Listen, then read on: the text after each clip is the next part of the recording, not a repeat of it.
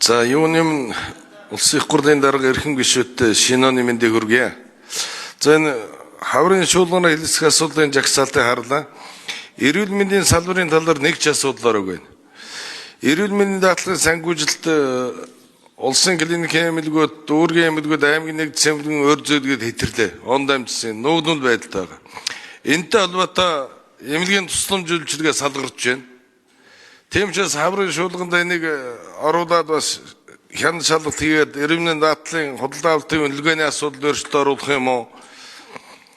Тусламжлыг яаж сайжруулах тал дээр яахгүй бол даатгалын хөнгөлөхөд байхгүй бол ардэр бүгд төлбөр төлж байна. Тусламж чадхаа байсан. Энэ талын асуудлаар одоо ажлын хэсэг гаргадаг юм уу?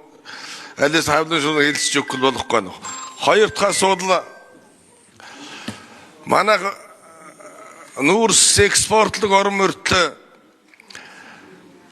сайжруулсан шахамлал гаднаас худалдаад авчаа. Бүр хятадын өнөөс 2000 км худалдаад авчаа. Дотооддоо шахамлал төлшний үйлдвэр байгуулахаас үүдээ хаврын шуулганы эхэндээ хэлцээд ирнэ.